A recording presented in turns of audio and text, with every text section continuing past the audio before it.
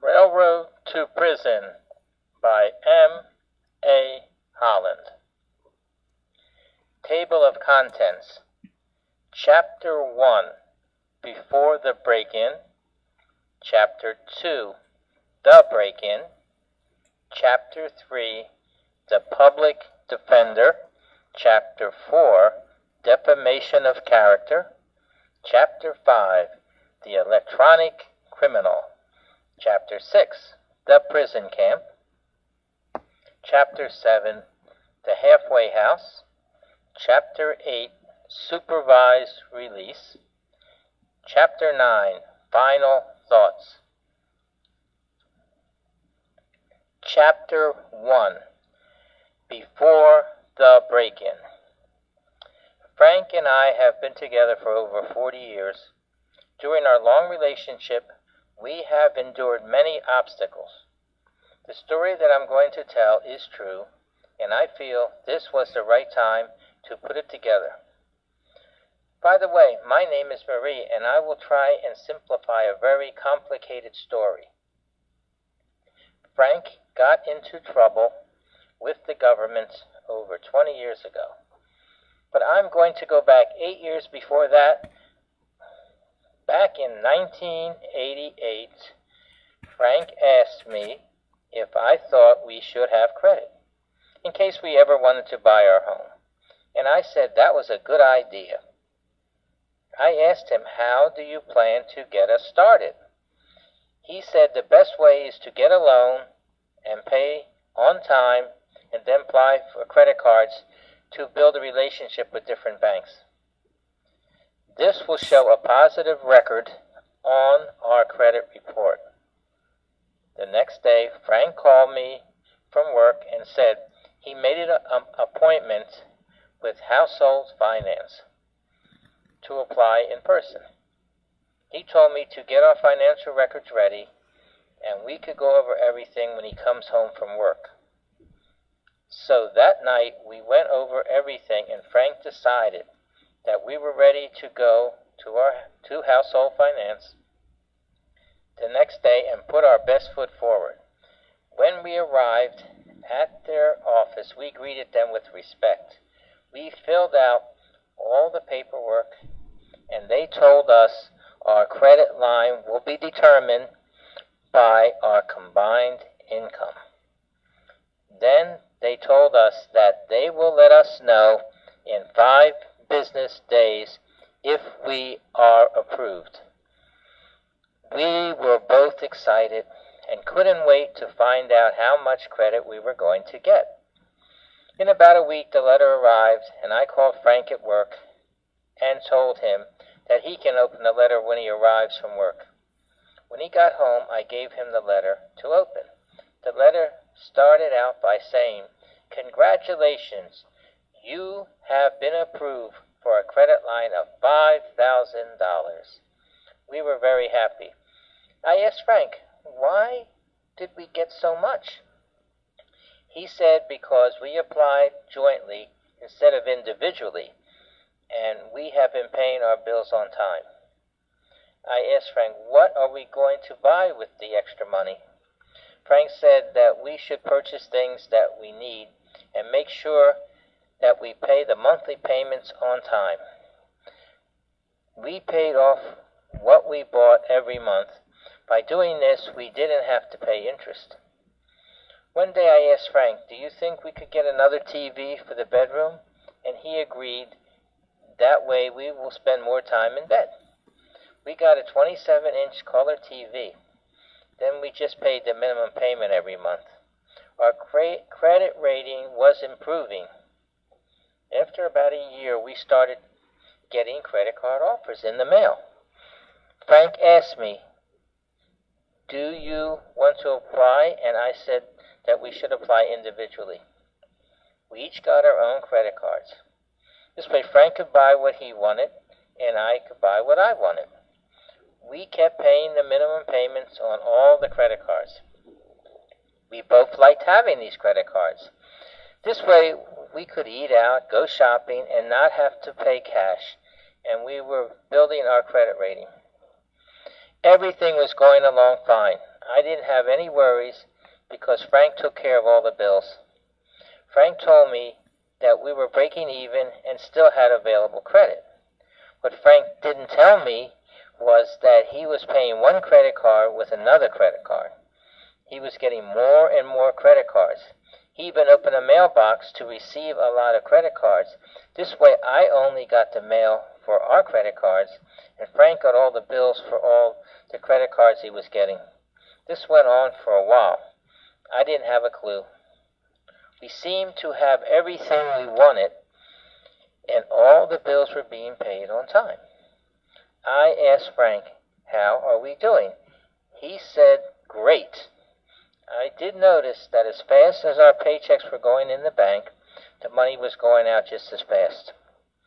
Frank told me that even though we don't have much savings, but we have plenty of available credit. I didn't realize that about 7 years had passed since we first got the loan, and during this time we both kept working. I asked Frank, what will happen if we can't work or lose our jobs and we can't pay our bills? He said, "Don't worry, we have insurance to cover us in case of an emergency." I only worked part-time and Frank worked full-time. Frank worked at the video store in our neighborhood for about 10 years and loved his job, but didn't get paid that much. But he was the manager, and the owner really trusted him, and we never had to pay for movie rentals. At this point of the story, I didn't know that Frank was using false information to get more and more credit cards to pay off other credit cards. The credit cards in our name was coming to our home address, and the credit cards that Frank got were going to a post office box that he paid for, and he used the box number by changing it to an apartment number and used the street address of the post office. However, Frank had files that I didn't know about in the names that he used to get the bogus credit cards. What happens next is very shocking.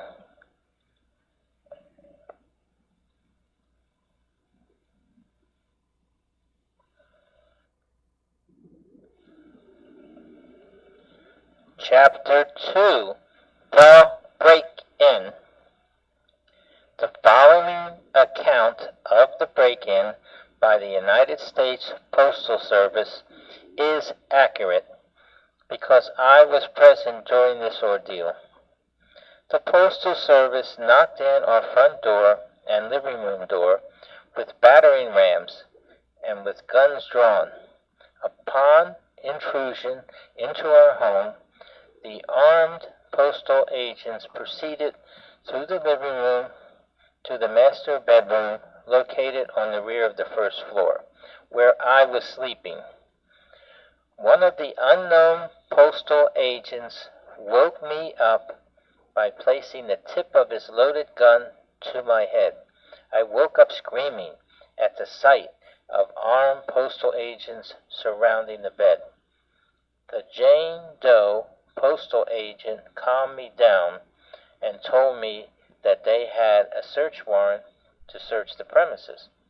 At about this time, Frank arrived on the scene. Frank was outside moving his car to another parking spot when he heard the commotion. The postal inspector in charge of the operation asked Frank some routine questions. Frank was more worried about my well-being than the busted-in doors. I was still visibly shaken at what just happened. Then the postal inspector ordered Frank to empty his pockets and told him that he wasn't going to be arrested today, and some personal items were confiscated, which the Jane Doe postal agent logged in on the inventory sheet. Even though Frank didn't interfere with the search of the premises, the postal inspector still handcuffed Frank's hands behind him. I was enraged when I saw this and told the postal agent, "Frank didn't do anything wrong, then why are you treating him like a criminal?" And I also yelled out loud, "He is innocent until proven guilty." Then one of the unknown postal agents told me that if I didn't shut up, they were going to handcuff me too.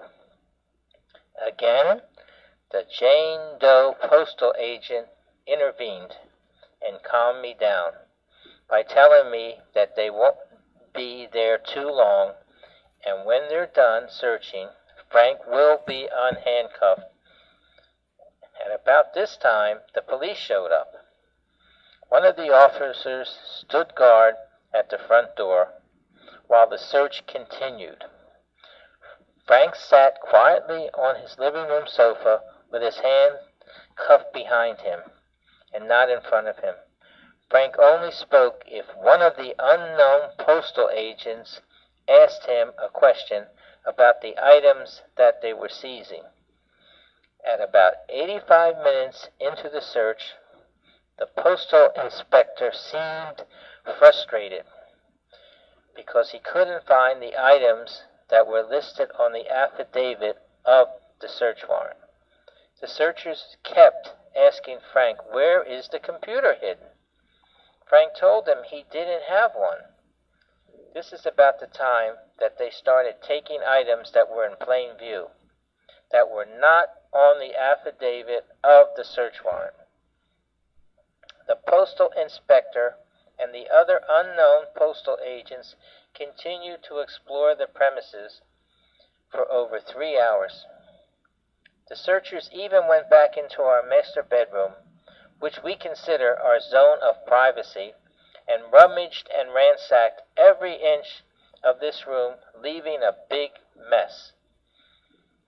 Even though the postal agents searched the premises with a fine-tooth comb, all the items that were seized were taken from the living room, where Frank sat handcuffed.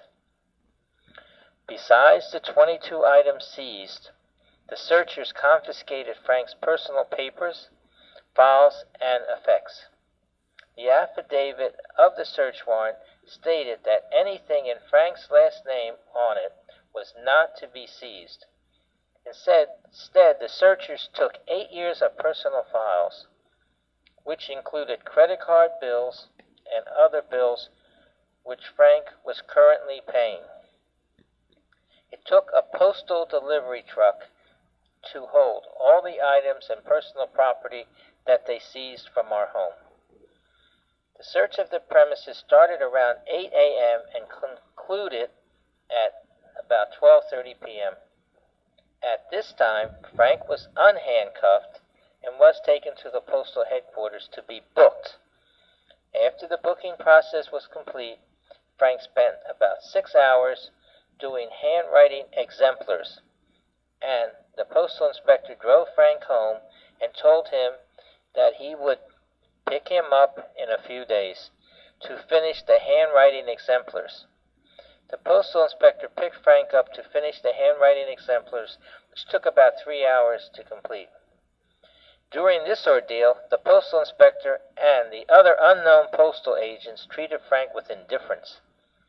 This was uncalled for, since Frank cooperated with them 100%. The following is my interpretation of what happened. The searchers used excessive force to execute the search of our premises by knocking in both doors with guns drawn to show authority. This could have been avoided because they saw Frank leave to move the car. Frank's freedom was taken away from him because he was handcuffed on the sofa for over 4 hours and wasn't free to move about. This incident will be burned in our memory forever because of the harsh treatment that we received at the hands of the postal inspector and the other unknown postal agents on that September day in 1996. After a lengthy investigation, Frank was sentenced on October 28, 1997 to 12 to 14 months. Frank threw himself on the mercy of the court. The probation department recognized Frank's unusual circumstances and recommended a downward departure, which was denied. Finally, Frank and I feel that our Fourth Amendment rights were violated. If a reasonable person wouldn't have wanted to be treated the way Frank and I was treated by the postal inspector and the other unknown postal agents, then what happened to us must be unreasonable.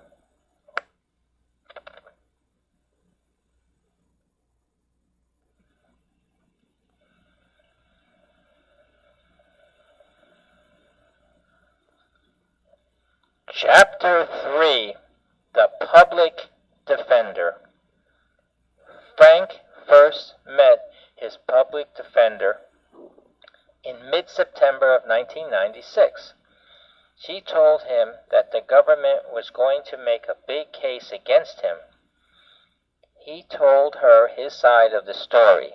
She responded by saying, "You act like you didn't do anything wrong. Remember, you broke the law, and there's a law for everything. Even though what you did wasn't a violent crime, you still could do time based on how much they say you owe." Frank asked her, "How is my sentence going to be determined?" She told him that they used the sentencing guidelines. For example, if you owe over $200,000, you could serve 12 to 18 months in prison. She asked Frank, "How much do you think you owe?" Frank said around $50,000. She told him, "It's not what you say you owe. It's what the government says you owe, no matter what." Frank then told her that they have to prove it. His public defender then told him that they are going to use the evidence that they confiscated from your home. She then told Frank that she will be working closely with the federal authorities on his case. Frank heard enough, so he left her office and went home. During the next few months, he didn't hear anything from his public defender. She finally called him in mid-January of 1997 to meet with her and the postal inspector at the postal headquarters to go over the fraud law statement. At this meeting, the postal inspector told Frank that he owed $233,000. Frank told him that this total has to be wrong. The postal inspector told Frank that this total is only wrong if you didn't use false information to get the credit, and that erroneous items could be removed if you can prove it.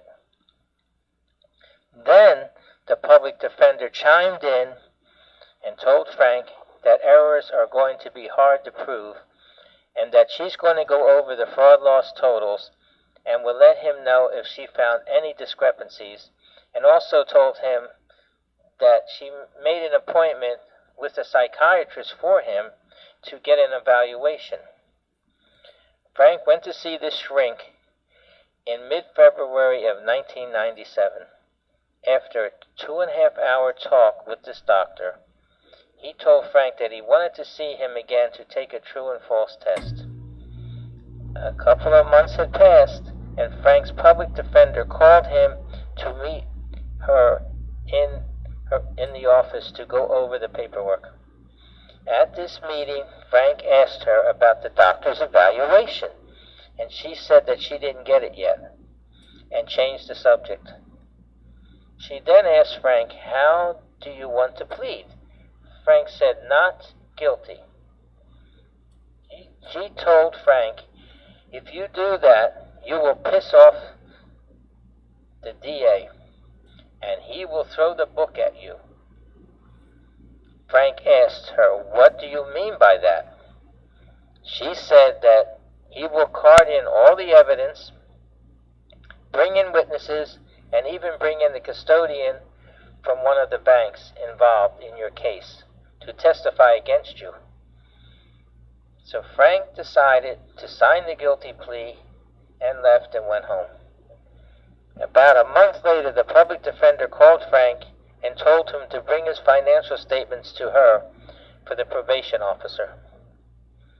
Frank went to her office and gave her the required information, and he asked her, "How is his case going?" She told him not too good. Frank asked her why. She said that we have to get the amount you owe lower. Frank told her that there were items on the list. Twice. She looked at her copy of the list and made corrections, and told Frank that this will only get the amount from $233,000 down to $211,000. Then he asked her, "Does the statute of limitations apply to my case?" She said no. Frank then told her that he felt like he was being railroaded by the government to cover up their botched search and seizure of his home. She told him, "If you feel that way, you can always go back and contest the facts. And remember, the government didn't make up the totals. They got the information from the files that they confiscated from your home." Frank left her office and went home. He didn't hear anything for about 3 months. And then he received an arraignment notice to appear in mid-July of 1997. He took a drug test and went to the court to be arraigned. The following individuals were present in the courtroom, including the judge, DA, the postal inspector, the probation officer, and his public defender. Frank stood before the judge and told the judge that he understood everything. He was released on $10,000 bail and instructed to report to the probation department every Thursday by phone between 9 a.m. and 12 noon. Frank's sentencing date was set for mid-October of 1997. His public defender called Frank and told him that she was going to use the doctor's report as a defense in his case, and that he had gotten over the compulsive behavior that he was diagnosed with. Next, Frank received a notice changing his court date from mid-October of 1997 to the end of October of 1997. After all of these months, Frank was finally going to have his day in court. The following remarks is the way Frank felt about the court proceedings. Everything that Frank said was ignored because he wasn't a prominent person. He was a big nobody, and they could say and do anything to him they wanted, and he could do nothing about it. The probation department recommended a downward departure in his case because he was working, paying his restitution, and paying his household bills on time, and also because I depended on him. The doctor, in his report to the court, stated that he was impressed at Frank's outlook on life and the way he channeled his compulsive behavior to improve his situation. The court didn't look at his experience, his character, hardship, and responsibilities. They look at a nonviolent crime as if it was a violent crime because DA hired 2 witnesses to testify that Frank did harm to them by ruining their credit. The DA also said that home confinement was not enough punishment for Frank because he is already serving that, because all he does is stay home with me, looking at videos, and we don't go anywhere. The following comments made by the judge before sentencing really upset Frank, but he kept his mouth shut. The judge asked him, "What do you have to say about yourself?" He stepped forward and told the judge that he never intended to harm anyone by his actions, and he used the credit cards for things that we needed. He also told the judge that he was paying the bills that he incurred in a timely fashion. The judge looked at Frank with disdain and said, "Is that all you have to say?" The judge retired to her chambers and returned in a few minutes with her verdict. Before she read the verdict, she read Frank the Riot Act. She said that he used other people's money to live on, and you did harm to 2 innocent people that you didn't know. The judge mentioned me by saying that I could get someone else to take Frank's place, and if I needed help to move, the court would find me a place. The next remark really ticked me off when she said that I was just as bad as Frank because I shared with him all the things that Frank bought with other people's money. I am glad that I wasn't in the courtroom, or I would have given this hanging judge a piece of my mind. Finally, the judge sentenced Frank to 12 to 14 months, based on the sentencing guidelines. When Frank left the courtroom, he asked the public defender, why did the DA bring in witnesses? The public defender told Frank that he knew he could get away with it, and that he pissed off the judge, and that's why she didn't show him any mercy. When Frank got home, he told me what happened, and that's what I wrote here. Frank decided to get his own lawyer to make sure that he gets the fair treatment that he deserves.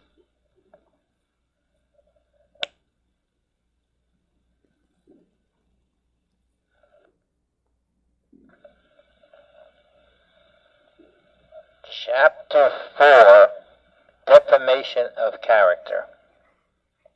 The following information is taken from lawsuits that Frank filed from the prison camp against the local TV news and against the U.S.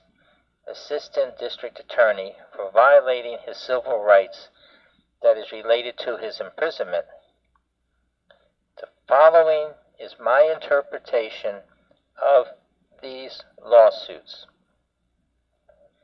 Frank brought civil rights action against the local TV station, the reporter, and other unidentified employees of the news department who had anything to do with the production of the 2-part investigative report entitled Stolen Identity, which aired on 2 consecutive nights, which were Friday, November 21st, 1997, and on Saturday, November 22nd, 1997, as a special report on the 11 o'clock news broadcast, both individually and in their official capacity for violating Frank's First Amendment rights.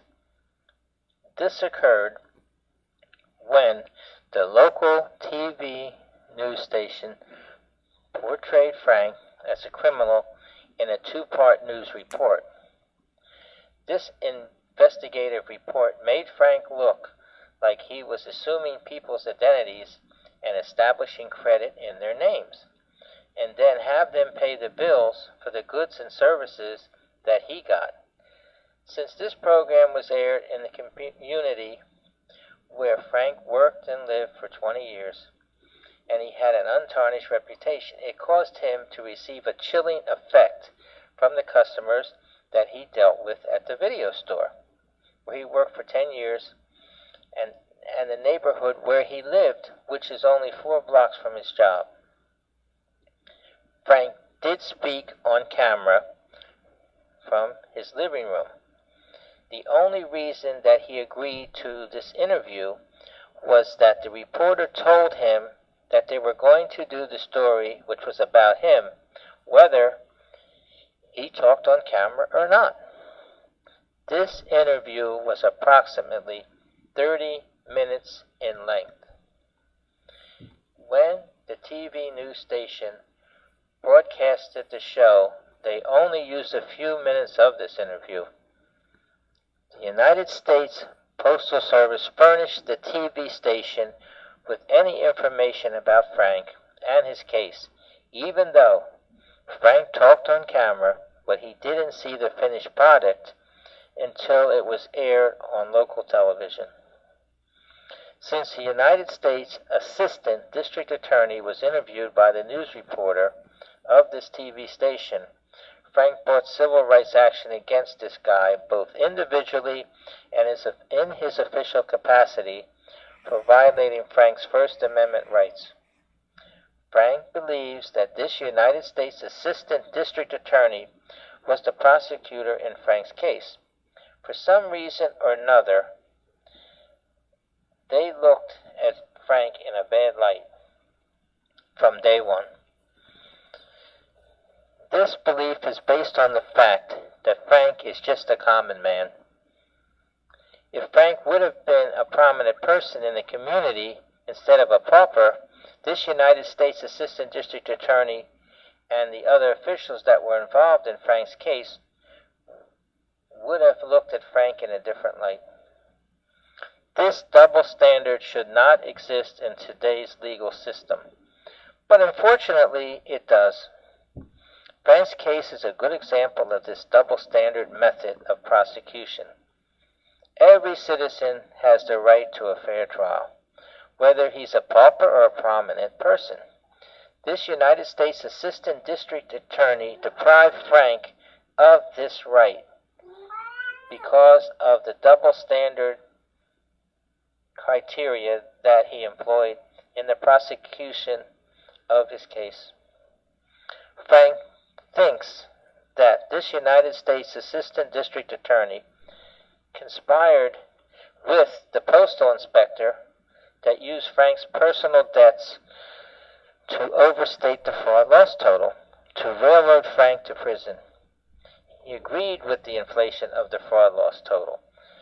The United States Assistant District Attorney had to know that this fraud loss total was wrong, because Frank and my name appeared in approximately 1/3 of the accounts listed on the postal inspector's version of the fraud loss total. This United States Assistant District Attorney only cared about winning Frank's case and didn't care who he harmed in the process.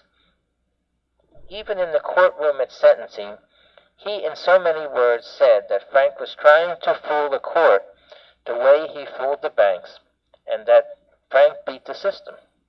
He was trying to beat the system again because Frank was paying off some of the accounts that were on the fraud loss list and was trying to get a downward departure because of the extraordinary effort that Frank was displaying in trying to pay his debts. As if this wasn't enough, this United States Assistant District Attorney was interviewed by Action News outside the courthouse after Frank's sentencing, and he told the reporter that Frank was worse than a bank robber, and if a bank robber would have stole $200,000 from a bank like Frank did, he would have gotten a longer sentence than Frank received. This United States Assistant District Attorney wasn't satisfied with winning the case against Frank. He was trying to slander Frank's character.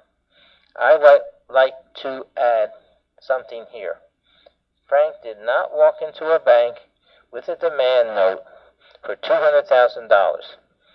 According to the law, a person who is convicted of bank robbery is not considered a nonviolent criminal because of the intimidation factor that is involved in the commission of this crime. Frank may owe money to the banks, but that doesn't make him a bank robber. Frank was convicted of a nonviolent crime, not a violent crime. If the United States Assistant District Attorney thinks that Frank was a bank robber, then he should have prosecuted him under Article 2113 instead of credit card fraud under the bank robbery statute. The property taken must either be by force and violence or by intimidation. Frank did not violate the bank robbery statute because he didn't use force, violence, or intimidation to acquire credit from the banks. But the United States Postal Service used force, violence, and intimidation when they raided our home. By calling Frank a bank robber, this United States Attorney made people believe that he was a career criminal instead of a first-time offender. After the airing of the TV news segment in which Frank was called a bank robber, his friends and neighbors had mixed feelings about what was said about him. Some thought that he had really robbed a bank at some time in his life and was just apprehended. Others thought that Frank actually robbed a bank of over $200,000. This slanderous statement was made on the 11 o'clock news. The goal of the Bank Robbery Statute, Article 2113, is to punish the bank robber severely for the use of a dangerous weapon or device, but according to Article 2113D, this punishment isn't as severe if intimidation and violence was used without brandishing a firearm.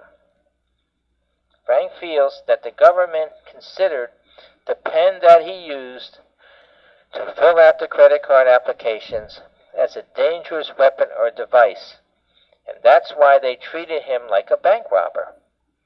The fact that Frank was a first-time offender whose offense was not nonviolent would indicate that there was no need to incarcerate him to protect the public.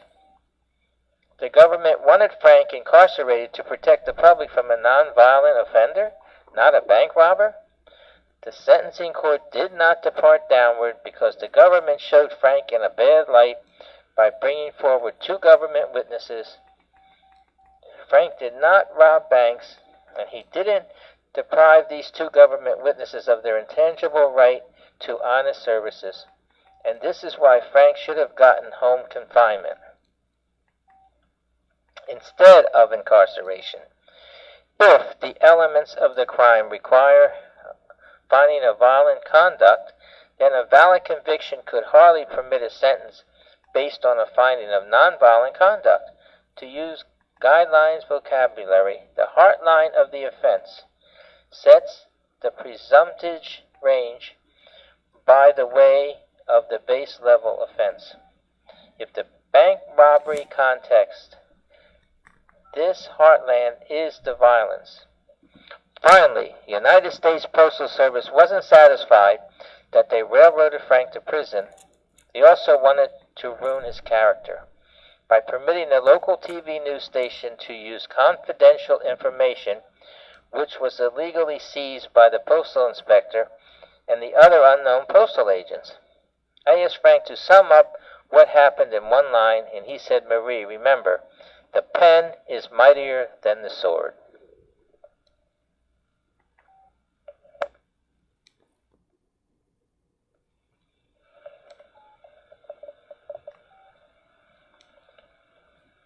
Chapter 5, The Electronic Criminal. I am including this subject matter here because this guy who worked with Frank at the video store was trying to use Frank as a scapegoat for the crime he was doing. Since his last name was Johnson, and such a common name, I will use it here. The following is an excerpt from the story which I wrote when the video store was doing its investigation on Mr. Johnson. I will divulge the whole story later on. Mr. Johnson was just an average person trying to make ends meet when he was hired by the video store. But what he did while he was working there is why I called him an electronic criminal. Mr. Johnson could have lurked in the shadows near a Mac machine, waiting for someone to come along and then force them to give him as much money as they could withdraw. Mr. Johnson could have done a smash and grab crime, but these crimes were too risky and the money wasn't enough. Mr. Johnson found an easier way. All he had to do was find a way to get all the money that he wanted into his bank account. Mr. Johnson did this electronically without using force or the fear of being caught in the act, by developing a scheme to transfer money from any credit card to his Mac Visa bank account, by using the video store's point-of-sale terminal, which was connected to the telephone line. This was when Mr. Johnson made all the right moves. The video store figures that Mr. Johnson embezzled about 6 times what he made while he was employed there. What really seems hard to believe is that the video store has used the same point-of-sale terminal for almost 10 years, and they never had a problem until Mr. Johnson came along. He used the video store as a front, and then Mr. Johnson created electronic money by forcing the bank's computer to make money available on the video store's point-of-sale terminal, and then return the same amount to his Mac Visa account. Evidently, the banks involved didn't know how Mr. Johnson perpetrated his scheme, or they would have blocked him from being able to force the sales through. Mr. Johnson duped the point-of-sale terminal and used anyone's credit card number and expiration date. And then he hit the for sale button, and then he duped the point-of-sale terminal again by making up a phony 6-digit approval number.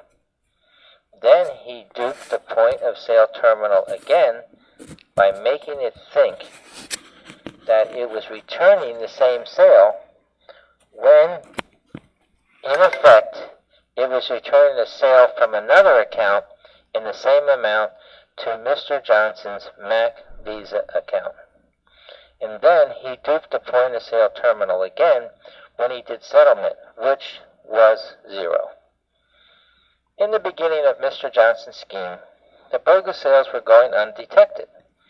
The following would prove that Frank had nothing to do with Mr. Johnson's embezzlement scheme against the video store, and they were 100% sure that Frank was not involved.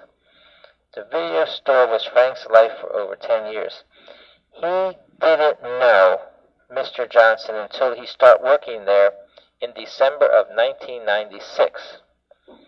They became good friends. Their lifestyles were different. Frank would settle down and would go to work and then come home and look at movies with me. Mr. Johnson was an outgoing person who liked to party and didn't like to stay at home. At this point of the story, Frank was paying his debt to society. Frank used false information to get credit cards, and this did not have anything to do with the video store, but Mr. Johnson's scheme was perpetrated against the video store. Mr. Johnson took advantage of Frank's situation and violated many more federal laws than Frank did. The following comparison between Mr. Johnson and Frank will further prove that Frank had nothing to do with Mr. Johnson's scheme. Mr. Johnson used the video store's access device to embezzle $46,000 within a year using credit cards. Frank used the mails to get credit over 8 years. Mr. Johnson never intended to pay back the money that he got. He proved this when he said to Frank at work, "There ain't no nothing." Frank was paying the minimum payment on the credit cards he got. Mr. Johnson embezzled large sums of money in a short period of time. Frank got credit cards just to pay other credit cards over 8 years. Mr. Johnson was putting the money that he embezzled into other accounts to earn interest. Frank was paying interest on the credit cards he got, which helped make his fraud loss total go over $200,000, which guaranteed prison time. Mr. Johnson bought high-priced items with the money he got. Frank only bought items that he needed with the credit cards he got. Mr. Johnson used the video store's point-of-sale terminal to perpetrate his crime, which caused him to break the wire fraud law. Frank used the mails to violate the mail fraud law. Mr. Johnson knew all about Frank's trouble with the government because they worked together at the video store. Frank knew all about Mr. Johnson's embezzlement scheme because he bragged to Frank about what he had done. Frank got this confession on videotape. Mr. Johnson is enjoying the $46,000 that he stole from the video store while Frank is serving his sentence at a prison camp 3.5 hours from home. When Mr. Johnson found out that Frank was going to prison, he accelerated his scheme. The video store is going to press charges against Mr. Johnson to make sure that he has to pay for what he did. The video store feels that what I have mentioned proves without a shadow of a doubt that Frank had nothing to do with Mr. Johnson's embezzlement scheme he devised. At this point of the story, Frank's ordeal was about to end, and Mr. Johnson's was about to begin.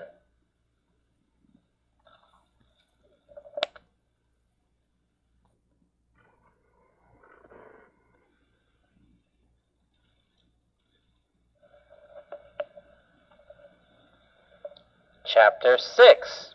The Prison Camp.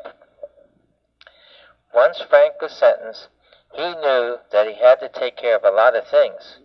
Remember, he was working at the video store for a year before he was sentenced. His main worry was leaving me home by myself while he was serving his sentence. First of all, we need to come up with enough money to pay the rent and bills for about a year, till Frank was back home. There was a solution to get the money we needed. Frank had given me a real diamond wedding band when we started going together, which was in a safe deposit box at the bank, which was valued at $20,000. Frank asked me, "Do you want to sell the real diamond or pawn it?" I told Frank, "I think we should pawn it. That way, we can still get it back when this ordeal is over." Frank said, "Then that's what we'll do." The next day, Frank pawned the real diamond and got enough money to pay the rent and bills for a year. Since I was working part-time, I could use some of this money to pay towards the real diamond until Frank was back home again. Since I was going to be alone, Frank got this guy from work to help me with shopping and anything I needed done around the house. Frank continued to train people to take his place while he was at the prison camp, which would guarantee that he would have this job waiting for him when he was released from custody. Frank had hired a lawyer that he knew for a long time.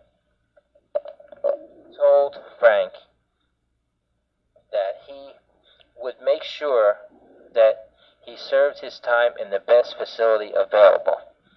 The public defender would have let them send Frank anywhere they please. Once this was set up, all that was left is for Frank to get this sentence over with. Frank hated to leave me alone, and I was so sad that when Frank left, we both hugged and kissed each other, and Frank said, "Don't worry, I'm going to a prison camp, not Alcatraz." Frank, with tears running down his face, told me he will call and write me as much as he can. Frank went to his lawyer's office, and he drove him to the prison camp, which was about 3.5 hours from our home. Frank and the lawyer talked all the way to the prison camp. I guess the public defender wouldn't have drove him to the prison camp. Once Frank got settled in the prison camp, this was like a vacation for Frank. This place was like a country club. You were free to move about and no bars. This is like going to college. This camp was small with a population of about 200 inmates. The lawyer told Frank that the best job to work at is in food service. Frank got this job easily because he had restaurant experience. Every morning, the guard would tap on his bed about 4 a.m. to go to work. Frank got paid 50 cents a day. Frank liked the job, and they liked him. Frank called me every day and wrote me as much as he could. He spent much of his time in the law library researching his case. Frank filed appeals, motions, and lawsuits while he was serving his time. Some of the inmates thought he was a lawyer. They were asking him to help them with their cases. He gave them a lot of advice. The time was passing, and I was doing all right. Frank called and told me that he was playing baseball and he was hitting home runs right-handed and left-handed. I found out something I didn't know, that Frank was a switch hitter. I kept paying the monthly payment on the real diamond. I think that Frank was getting spoiled. They even did his wash. Frank was released 4 months early for good behavior. He was on his way to the halfway house.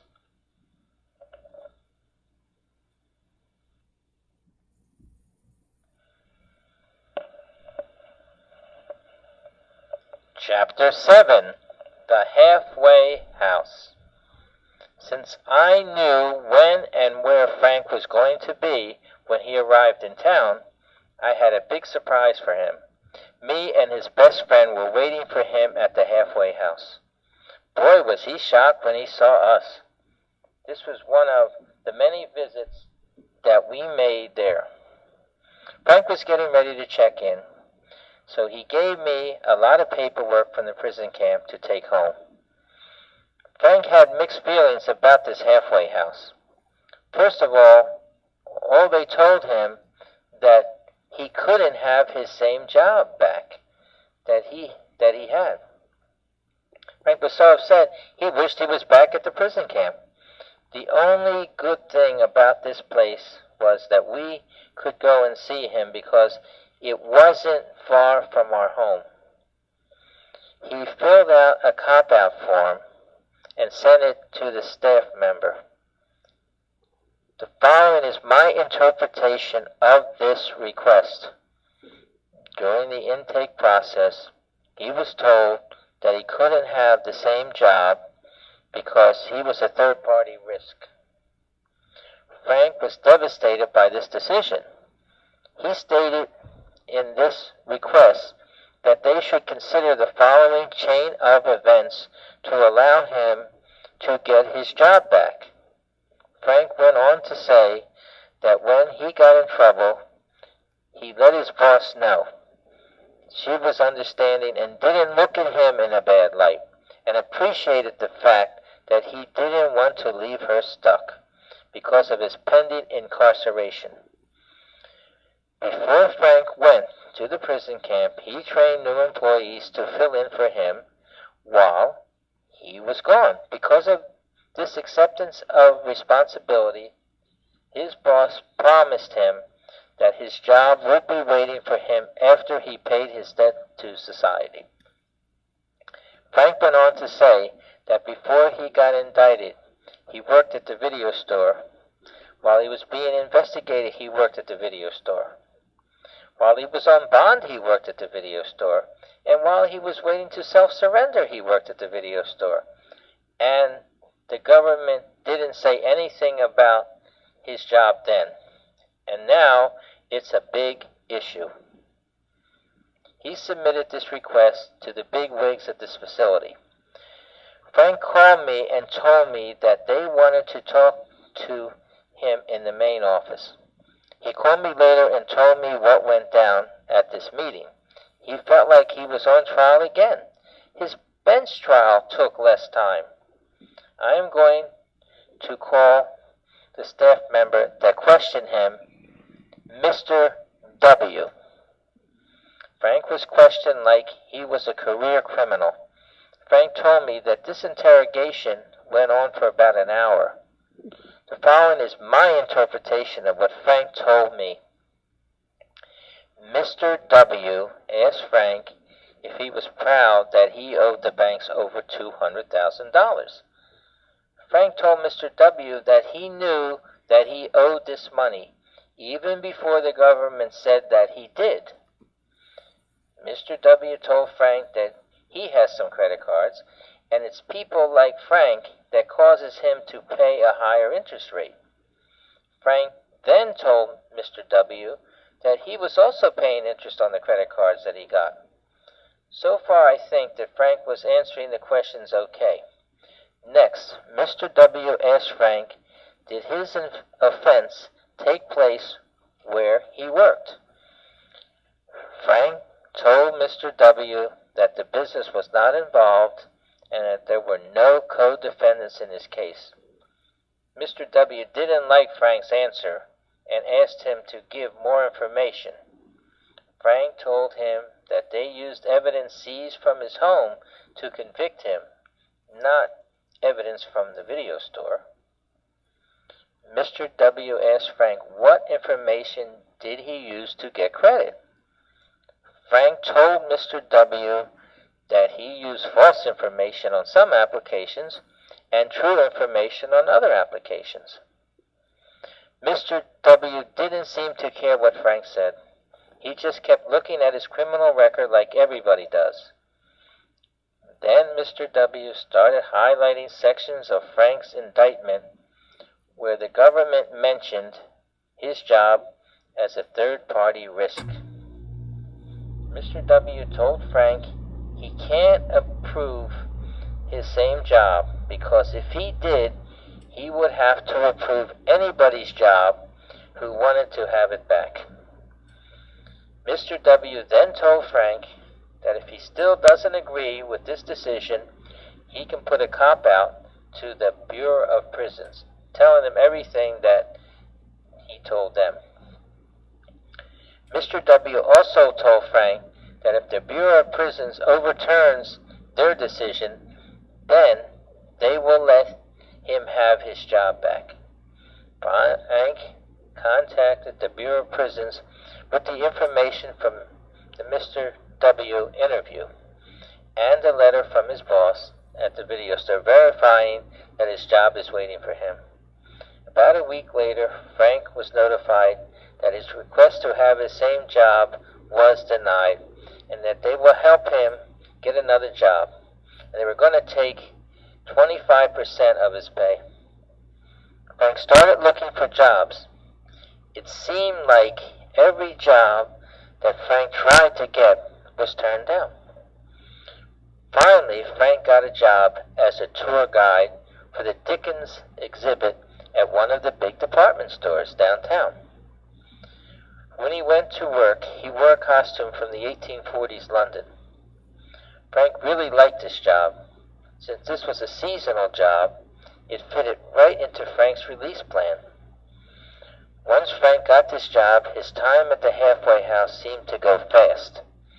Besides visiting Frank at the halfway house, we even went to the department store where Frank worked. He gave us a private tour of the exhibit, which depicted London in the 1840s with Dickens characters, with animated lifelike figures, and cobblestone streets. We really enjoyed this tour. Frank was very good with his dialogue. He made you believe that he really was one of the descendants of the characters in the story. He was telling everybody he called himself Frank Fezziwig. By the end of the tour, I asked Frank, was anybody in your family named Fezziwig? He said, no, Marie. I made it up to give the show credibility. Frank told me that he was going to be home soon. According to the way the days fell on the calendar, he would be released on New Year's Eve. So this day finally arrived, and this is how it went down. Frank got up early and left the halfway house to go to the tour guide job, then back to the halfway house to sign out, and then to the video store to work the night shift.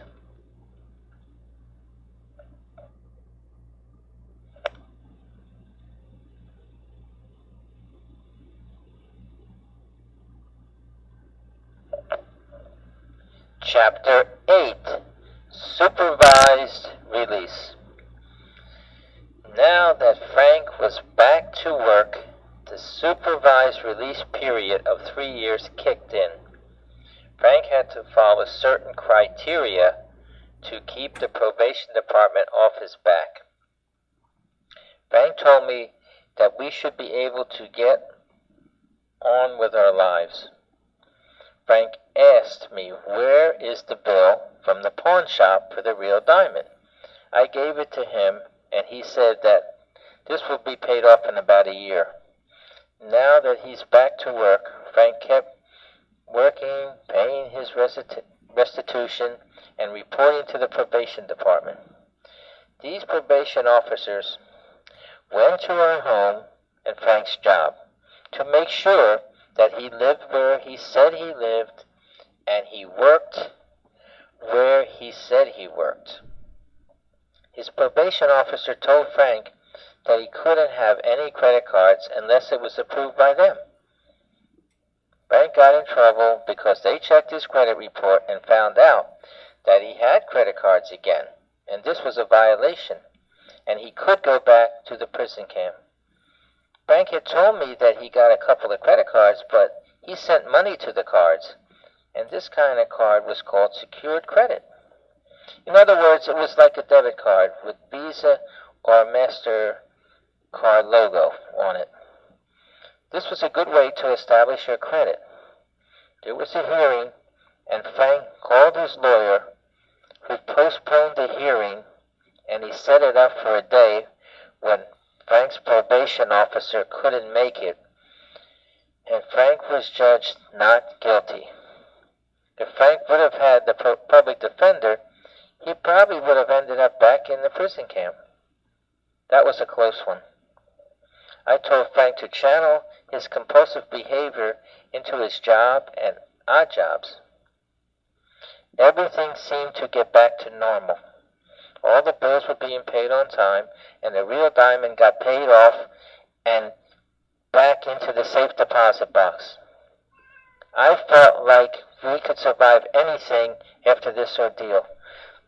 10 years has passed since Frank was indicted.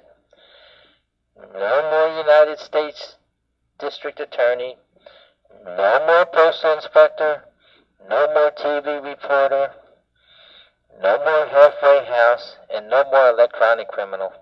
This gave us closure.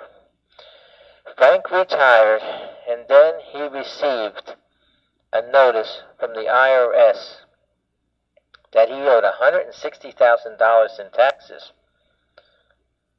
Social Security counted the $200,000 as income, and the IRS wanted taxes on this money. Frank got lucky here. He pleaded economic hardship, and he gave the IRS all the information that they requested, and they applied the statute of limitations, and Frank didn't know anything. Frank finally won a case. The government wasn't through yet. Frank got a notice from them saying that they were going to offset his Social Security by 15% to pay the restitution that he owed, since there's no statute of limitations on government debts. Today we are doing good. Remember, Frank was guilty until proven innocent, and not innocent until proven guilty.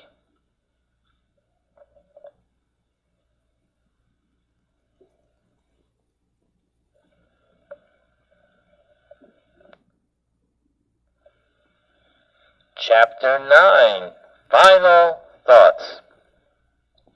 In this chapter, I'm going to review the story and mention things that I feel would further prove that the government did railroad Frank to prison. First of all, even though Frank got all that credit, our lifestyle didn't change. We both worked and were happy together. We only bought things that we needed. I asked Frank why he didn't tell me that he was drowning in credit card debt. He said he didn't want to worry me, and he thought that he would maybe get a large loan and pay off some of the debt. I think that Frank was playing Russian roulette with those credit cards. It took the government over 8 years to indict Frank. During this time, nothing changed. If Frank would have gotten rid of all the files he kept, the government wouldn't have had enough evidence to frame Frank. I think I proved that Frank didn't devise a scheme to defraud anybody. Because the U.S. Postal Service knocked in the doors on our home, the government was determined to get a conviction on Frank to take the heat off their department because of a primetime TV show on True Name Fraud, which aired the night before the break-in. This show caught this guy they called Ponzi in the act. by following him around our city with their hidden cameras. The U.S. Postal Service couldn't catch Ponzi, but the TV show did. The United States Postal Service targeted Frank for true name fraud because of the primetime live show on Ponzi. After the United States Postal Service went over the evidence that they seized from our home, they realized that Frank did not commit true name fraud and changed the charge to credit card fraud. According to the affidavit of the search warrant, no items in our names were supposed to be seized. However, the Postal Service seized these items anyway.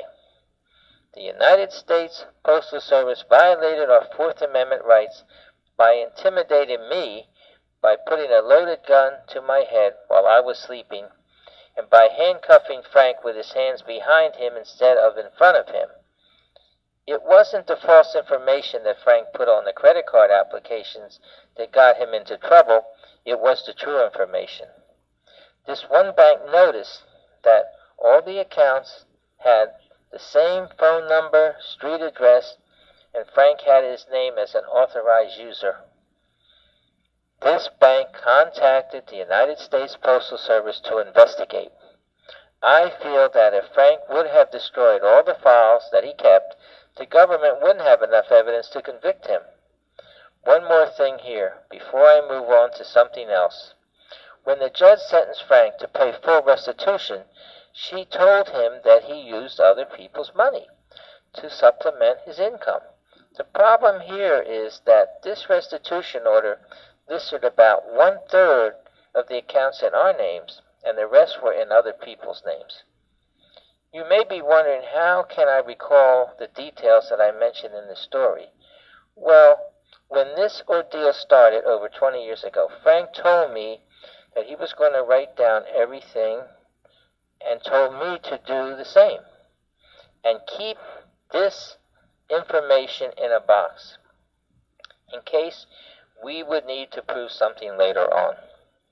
This box was loaded with all the writs, appeals, motions, and lawsuits, and anything pertinent to Frank's case. So now you know how accurate this story really is. I mentioned Mr. Johnson here because he was Frank's Huckleberry friend, and Frank even called him Huckleberry. This Mr. Johnson undermined Frank. I called him the electronic criminal. Remember, what this guy did 20 years ago was groundbreaking, but at the same time I'm writing this story, what this guy did is a cybercrime. This Mr. Johnson was more of a bank robber than Frank was. The law reads, whoever takes and carries away with intent to steal or purloin any property or money or any other thing of value exceeding $1,000 belonging to or in the care, custody, control, management, or possession of any bank, credit union, or any savings or loan association shall be fined under this title or imprisoned not more than 10 years or both. The following was the video store's interpretation of this law as it applies to Mr. Johnson's embezzlement scheme. Mr. Johnson took and carried away with the intent to steal money exceeding $1,000 belonging to the bank of the credit card holder, whose number and expiration date that Mr. Johnson used to electronically transfer funds to his Mac Visa account. And he should be fined or imprisoned not more than 10 years or both. The video store applied this law to Mr. Johnson's crime the same way the government did to Frank's crime. The video store is going to demonstrate how Mr. Johnson was more of a bank robber than Frank. Mr. Johnson walked into his bank and withdrew $10,000 cash, which he had electronically deposited there. Mr. Johnson walked out carrying over $1,000. He broke the bank robbery law. Not only did Mr. Johnson do this once, he on several occasions withdraw other amounts over $1,000. Remember, when a bank robber goes into a bank to rob it, this person may show a demand note to a teller and not even be armed, but the authorities still class this bank robbery as a crime of violence. How many bank robbers get $10,000 cash and get away scot-free, like Mr. Johnson did? The video store has never been robbed at gunpoint in its 10 years of operation. Mr. Johnson robbed the video store without using a weapon or violence. So that may not, even though the video store may not be an expert in criminal law, but they were an expert when it comes to the investigation they did on Mr. Johnson's embezzlement scheme of 1997. What I have stated here is a sample of a book that I am working on called The Electronic Criminal, which will be released to the public soon. All the stories I have written are connected. They can be read individually or as a trilogy.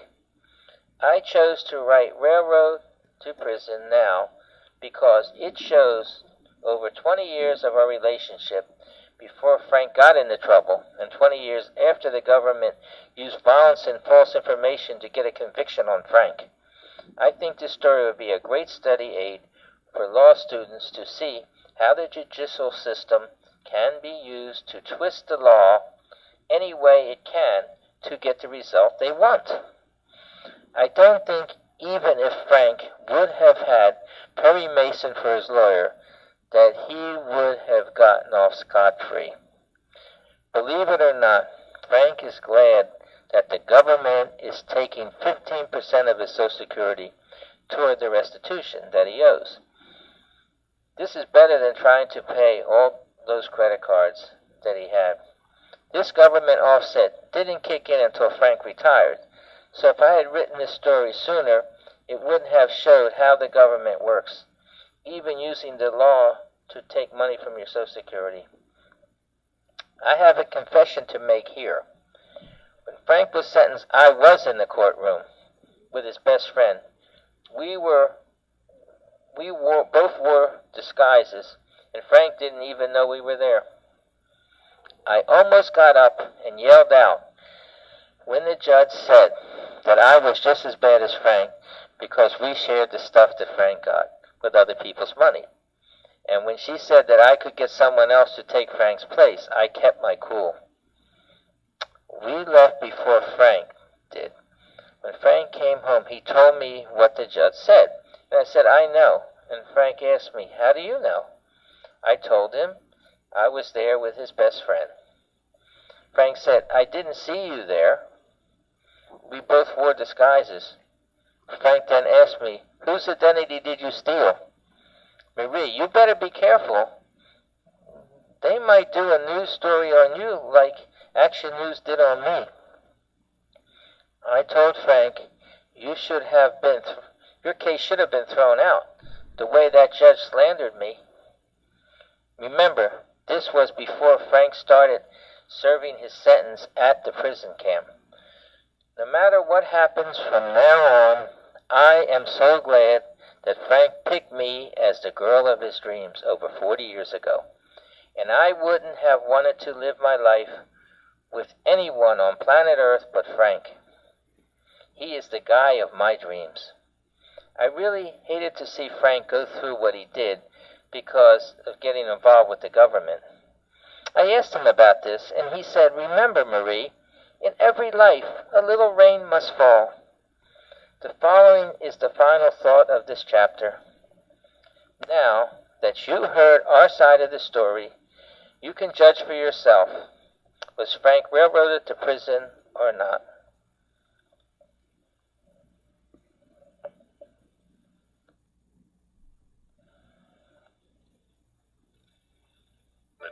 It's your most valuable asset and the easiest to steal. People don't seem to protect their information, I don't think. This convicted thief stole thousands from his unsuspecting victims. People really can't be too careful. Our privacy is totally invaded, and with computers, our privacy is being more invaded every day. But you can learn how to protect yourself and your credit. That's the biggest thing. With that, you can steal somebody's identity. Action News investigates Who's Got Your ID? Tonight on Action News. Like most people, you would assume that your name and your personal history are yours alone. But an Action News investigation has found that crooks are ready to steal both right out from under you. Action News reporter Michelle McCormack has an inside look at how such a scheme works. What happened was, I think it was like an evil twin. And that's how Frank Leeper describes an 8-year spending spree, charging over $200,000 on over 80 credit cards. Accounts he opened using other people's names. People like Julia Feinman. That was really frightening to me, that my own biographical information had been altered. Information Feinman and other victims left at this Philadelphia video store where Frank Leeper worked and was still working at the time of his sentencing in federal court. The key was obtaining a copy of Feinman's driver's license and her social security number. People don't seem to protect their information, I don't think. It's not that made it easy for me. It wasn't that. I mean, I did have the authority to where I worked at to that information at the time. So I used that to for my own sake at the time. But the intent wasn't really there for me to do any wrong to anybody. In many cases, Leeper's name was on the account, along with the unsuspecting victims like Feinman. He would eventually get his own account in his own name, but damage to credit ratings had already been done. It could come back to haunt me 15 years from now when someone looks at my credit report. And for this paper trail of destruction, Leeper will serve 14 months in prison. If he had robbed a bank of $200,000, it would have been at least 5 years. One is a crime of violence, which is going to be punished more severely. But when you have this many credit cards run up, the violation is almost the same. It takes people years to get their lives back together. But not all identity thieves operate the same way as Frank Leeper. Many steal pre-approved credit reports found in the garbage or discarded hospital and bank forms. And in the Delaware case of Roger Cullen and his wife, the Who's Who of America book found in your local library. Should try to find somebody that was like 5 years younger or maybe 3-4 years older. The Cullens didn't share an account with the person. They actually became that person. They would get social security numbers from motor vehicle departments and copies of birth certificates, then obtain driver's licenses in other states with their own photos. Although most of their fraud was through department store credit cards and bank accounts, as Roger explained in this police interrogation, he even used an alias for a drunk driving arrest. We just snapped. We just went nuts. Crazy. What can I tell you? We knew we were doing wrong, but we snapped. The paper trail of the Cullens crisscrossed the country, and by using so many aliases, they were virtually impossible to catch. It was a license plate number that led the Delaware State Police to the Cullens. Almost a decade and tens of thousands of dollars later, their luck had run out. Michelle McCormack, Channel 6 Action News. Well, the Cullens may have been caught, but the work is just beginning for their victims who have to try to repair their credit. Now, tomorrow night at 11, Michelle's special report continues with advice how to keep from becoming a victim of stolen identity. Your identity, they belong to you, right? Well, an Action News special report has uncovered thieves who could be stealing your good name and using it for their profit. In part 2 of our special report, Michelle McCormack has tips on how you can keep your identity yours. I had given thought to it, and I thought it happened to other people, but it didn't happen to me. But because attorney Julia Feinman had good credit and solid income, it made her an ideal target for identity theft. The information lifted from a video rental application by Frank Leeper, who worked at the store. Julia never knew what was happening until years later, when she just happened to check her credit report. The victims can't rely upon the system to protect them. They have to take the necessary steps themselves to try to protect themselves. Protection that begins in your pocketbook, as these Delaware State Police detectives showed me after spending just seconds looking through my wallet. You've given everything away with those 2 documents, your driver's license, your social security number. In fact, whenever you can, you should leave your social security card at home and hidden. And before you throw out your mail, rip it up. That way you've destroyed any social security numbers or other account numbers that could easily be lifted by by a criminal who goes dumpster diving. New Jersey-based Sensor sees a future without letters or numbers. It's developed iris identification and claims it's virtually foolproof. 0 false accepts. False reject rate is a little, you can live with that because, if you turn somebody down, it's not pleasant, but if you turn somebody incorrectly down, that's not so bad. And our false reject rate is very low. It's less than 2%. And a British company named BTG has developed a system to verify your signature. The system is so secure that the people who guard it have the veins in their hands checked to protect access to the database. But everyday use, some fear, is a ways off. The merchants out there aren't equipped to be able to read this type of information. So in the meantime, it's up to you, and regardless of how guarded you are with your personal information, a credit report each year is the best way to make sure. People really can't be too careful. And if you don't want to take her word for it, just ask the man who stole her name and charged thousands of dollars for years. I never intended to harm anyone during this whole thing. I would like to really help as many people as I could, but I think the best thing is just checking your own credit. That's the best thing you can do. Michelle McCormack, Channel 6 Action News. Your identity. It's your most valuable asset and the easiest to steal. People don't seem to protect their information, I don't think. This convicted thief stole thousands from his unsuspecting victims. People really can't be too careful. Our privacy is totally invaded, and with computers, our privacy is being more invaded every day. But you can learn how to protect yourself and your credit. That's the biggest thing. With that, you can steal somebody's identity. Action News investigates Who's Got Your ID? Tonight on Action News.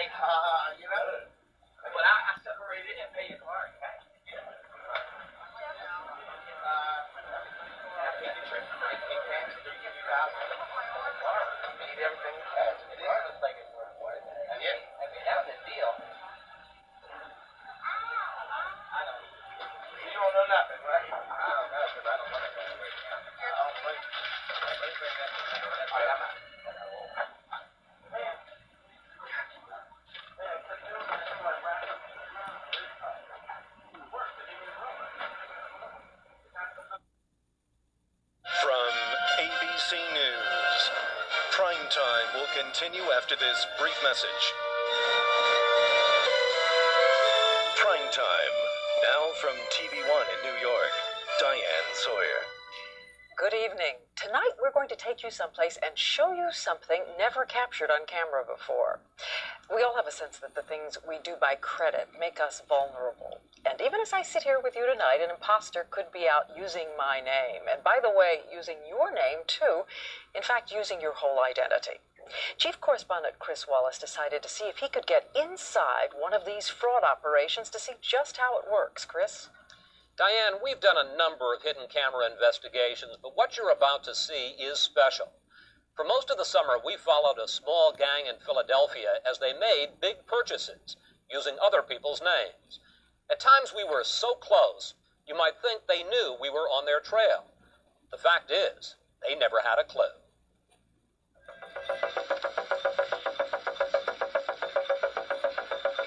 This woman has just bought more than $1,000 worth of electronic goods.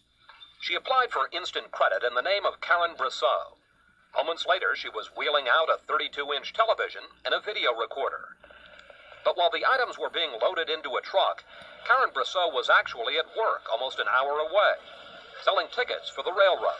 I didn't think it was going to happen to me, and I didn't know how it happened. And that's what I'd like to know. Primetime's hidden cameras also found this man buying 2 laptop computers, using the name, social security number, and home address of Thomas Mahoney.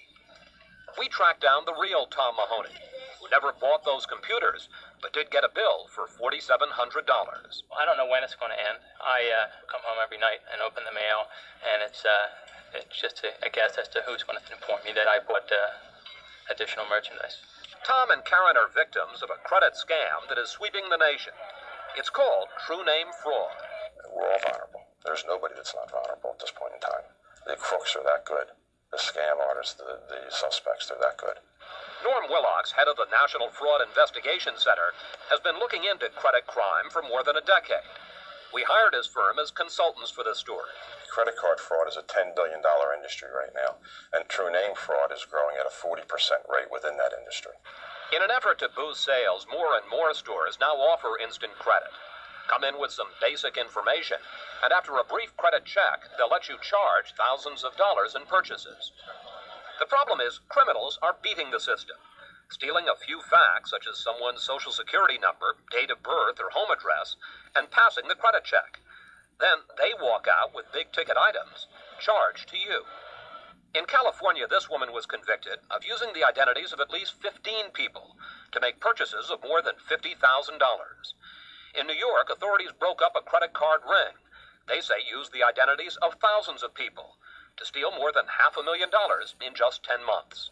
Across the country, experts say that thousands of gangs are engaged in true name fraud, stealing the identities and credit of millions of Americans. One of the hottest spots is Philadelphia. So we came here to try to get inside a gang to see how it operates. And it was here that we came across a man named Keith Ponzo. Ponzo, his alias is Smoke, is 41 and has a criminal record that goes back more than a decade, including convictions on drug charges, theft, and credit scams. Members of his gang say he calls himself the King. We decided to start trailing him. He's coming towards you. Okay, we got him. Very smart. He's street savvy, very controlling. Detective Scott Kelly of Montgomery Township Police outside Philadelphia has been investigating Ponzo since June, when authorities got a call from this jewelry store in a shopping mall. He seemed to be going and picking, one watch, several rings, and was already ready to use the credit. He was shopping. He was shopping. At another store, surveillance cameras caught this woman, who police say worked for Ponzo, buying televisions and camcorders after getting instant credit. Police arrested the woman, Ponzo, and 2 others they say were part of his gang. All told, that one night at the mall, police seized 3 diamond rings, a gold watch, and a gold bracelet worth more than $5,000, and another $1,600 in video equipment, all bought with instant credit, allegedly using someone else's personal information. As we looked into Ponzo, we found a former member of his gang, whose identity we agreed to protect and whom we will call Lee. This is not Lee's real voice. Keith Ponzo is the boss of the whole operation.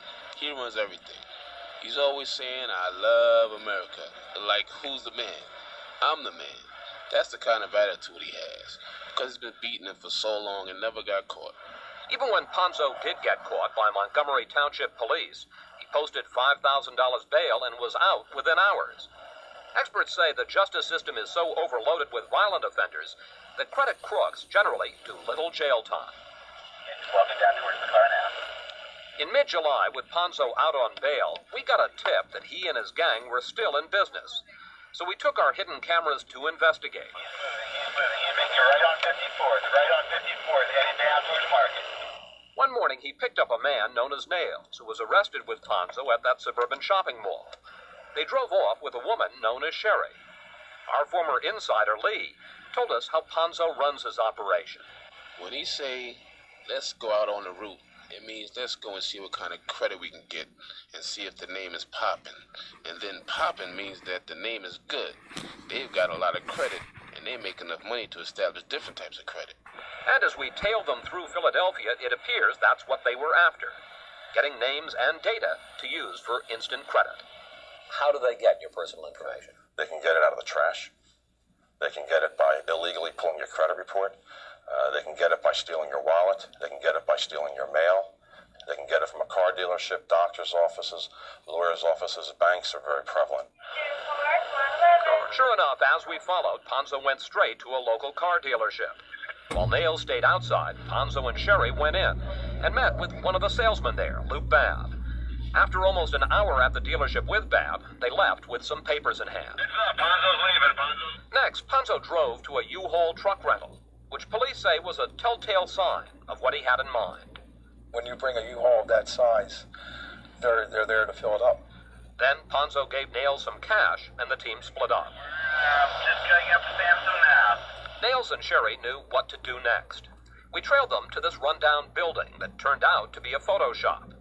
Authorities say a critical part of this credit scam is getting an ID card with the crook's picture and someone else's name and vital information. They've just assumed someone else's identity here at this photo center. Detective Kelly noticed that at the shop, you could have pictures taken against different colored backdrops. They could give you two different formats of identification cards to make sure that the salespeople believe who you are. There was one more stop for Sherry to change into nicer clothes.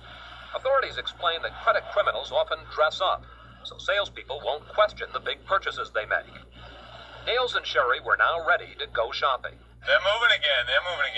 Okay, we got him. We followed their U-Haul on a highway out of Philadelphia to a mall in the suburbs. Police say there was one more thing to do. They must make sure they know all the information to apply for instant credit. They will sometimes record that information on the inside of a wrist, on the back of a cigarette pack, in case they do forget that information while filling out a credit application. So wait a minute. They're sitting, filling out their credit application. They forget who they are, what their date of birth is. They pull out a pack of cigarettes and look in the back. And there it is. That can refresh their memory so they get the correct date of birth. We tracked Sherry and Nails into Best Products. Sherry checked out the jewelry counter while waiting for instant credit to be approved in the name of Karen Brousseau. Within minutes, the store said she could charge $1,100. She spent all but $18 on a big TV, a VCR, and some toys. Lee says Ponzo pays his gang a straight commission. If you get 2,000 instant credit, he'll give you 200 to 250. If you get 5,000, that's 500. So it's basically like every 1,000 he'll give you $100 for it. He's coming towards you. We're ready. At the end of the day, Nails and Sherry drove their truck back into the city to meet Ponzo and pass off the goods. Lee says Ponzo sells to customers who have ordered the merchandise or fences it, but his gang is left out of that part of it. He never takes no one with him to sell the merchandise. It was just one day on the job for Ponzo. And as we discovered, he had a lot more shopping to do. As we followed Ponzo and his gang around Philadelphia, we wondered how did they get the names and credit backgrounds of their victims? What we found will surprise and no doubt will also worry you. Also when we come back. Ponzo's victims see for the first time the imposters who are using their names. There you are, your name, date of birth, social security number. Somebody's walking around as you. And we confront the man himself. Why is it that you're using other people's credit to buy thousands of dollars worth of merchandise? Can you tell us why you're doing that, sir? Learn how to protect your own identity when Primetime continues. Return now to Chief Correspondent Chris Wallace and his inside look at the people who steal your credit and your name. In this segment, you're going to meet the victims who have no idea how they got drawn into this costly masquerade. They only know that they have been taken. $10,191 so far. At last count, it was around $18,000, between $18,000 and $20,000. Over $22,000. We brought together just a few of the people who police say Ponzo targeted for his true name fraud. There's a doctor, a city worker, a businessman, and a student. The only thing they have in common is their credit was compromised. Most had no idea how crooks got their personal information, but Paul Kroom did. I was at the gym, and they broke into the locker and got my wallet. Then they were off to the races. Oh, yeah, well, within an hour, they rented a car. And then thousands of dollars in video equipment, clothes, and jewelry in the next 2 weeks. We told these victims how Ponzo's gang assumed their identities. Remember the photo shop which Nails and Sherry visited before going shopping? We showed Mary Woland, a student at the University of Pennsylvania, an ID card seized by police, created in her name. There you are, your name, date of birth, social security number. Somebody's walking around as you. Unbelievable. I would never in a million years guess that anyone could reproduce an ID with all my information and their picture so easily and make it look so believable and be able to use it anywhere. How vulnerable does that make you feel? Extremely. She might have felt even more vulnerable if she'd known how big Ponzo's operation was. During the 3 weeks we tracked him, we saw several different crews out shopping. Gang members told us 4 to 12 people work for Ponzo on a given day, each hitting 6 to 7 stores. Using other people's credit, the Ponzo gang bought all kinds of merchandise, from furniture to construction supplies to jewelry, shopping in malls in 4 different states. One time when we caught up with them, they were shopping here at this Radio Shack in South Philadelphia, looking for electronics equipment. Within minutes, the gang member known as Nails bought merchandise worth several $1,000s using the name Louis Bacardi. It turns out Bacardi is the head of the worldwide news organization Associated Press, based in New York. His credit was so good, authorities say, Ponzo's gang set up a mail drop at this Philadelphia row house in Bacardi's name. New charge accounts were opened and bills sent here, while Bacardi had no idea his credit was being used. We showed these victims what Ponzo's gang did with their credit. Remember the name Karen Brousseau, used by Sherry? Now, Karen, believe it or not, that woman up here, you see, is you. That woman is me. See that? 32-inch television set. Bought using your name, your credit. This is very shocking. You see, they got a shopping cart, and that's Karen Brousseau, supposedly. And there's a big 32-inch TV, and they got a U-Haul. Never owned a 32-inch television in my life. I'm surprised and hurt. They've used my information for their own personal gain, and it's not fair. But there's more to Karen's case. You may remember we followed Ponzo and Sherry to a car dealership where they met with salesman Luke Babb. Sources told us Babb sold Ponzo credit information on Karen and 2 other people for $50. This document confirms someone at the dealership did a credit check on Karen, who was never a customer there. Primetime has learned the call was made while Ponzo was meeting with Babb. We decided to ask the salesman about it. Mr. Babb? Hey, Chris Wallace from ABC News. How are you, sir? We wanted to talk to you. Do you know a fella named Keith Ponzo? You ever given credit information to anybody? I never gave credit information to nobody. Why not? Because it's unprofessional, number 1, and it's against the law, number 2. So we showed Babb the report from the credit bureau, documenting the check on Karen Brousseau. Oh, it wasn't me.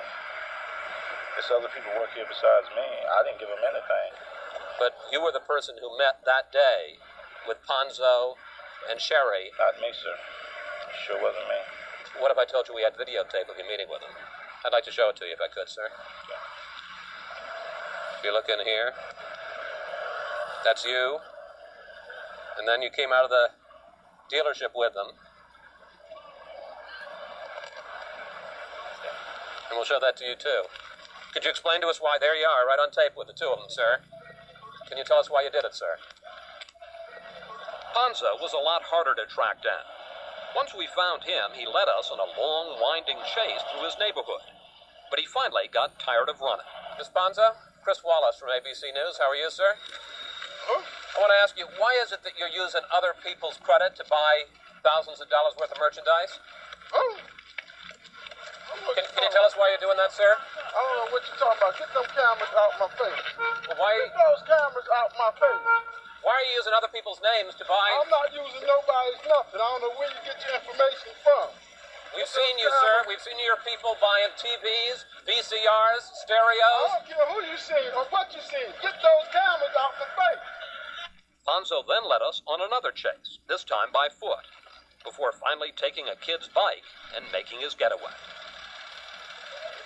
As for these people whose credit was used, they are liable, at most, for only the first $50 of any purchase made in their names.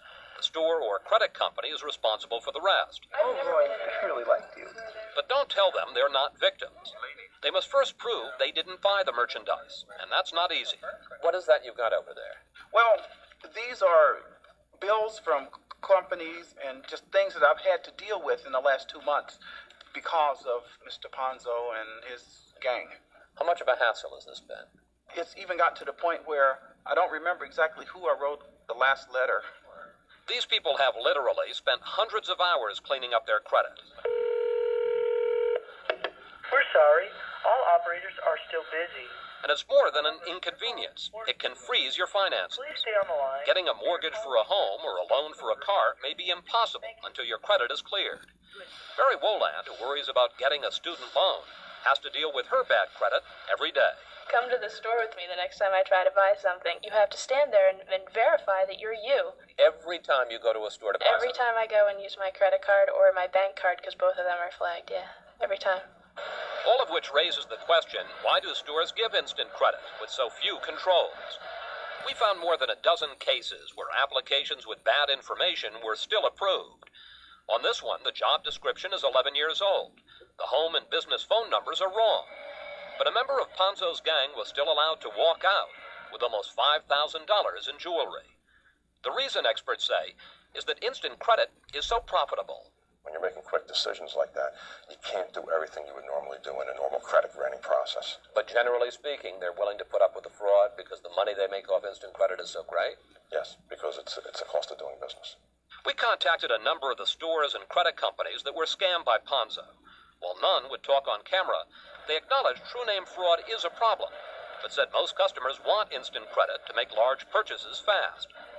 When we asked our group of victims what they want, they said they'd like to see a crackdown on credit crooks. What would you like to see happen to Ponzo?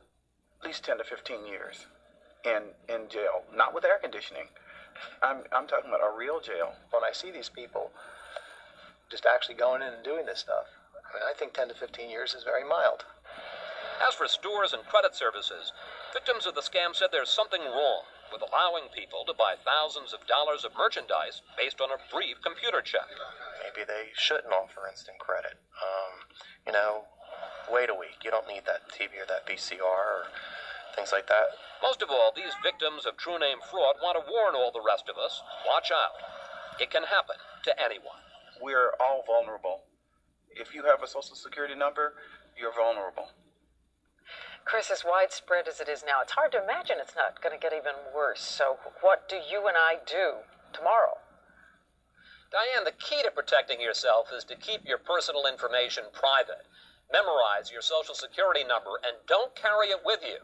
Once crooks get it, they can find out almost everything else about you. Limit the number of credit cards you carry. Report a stolen wallet or ID to police right away. This helps later to verify that you didn't make those purchases. And alert credit bureaus. Your name will be flagged so they can call you before any new credit is approved. As for car salesman Luke Babb, we told his bosses what we found. They did their own investigation, and he was fired. And then there's Ponzo, who according to our sources is still in business. But he's due in court on Monday to answer charges stemming from his arrest last June. We'll be right back. A rare piece.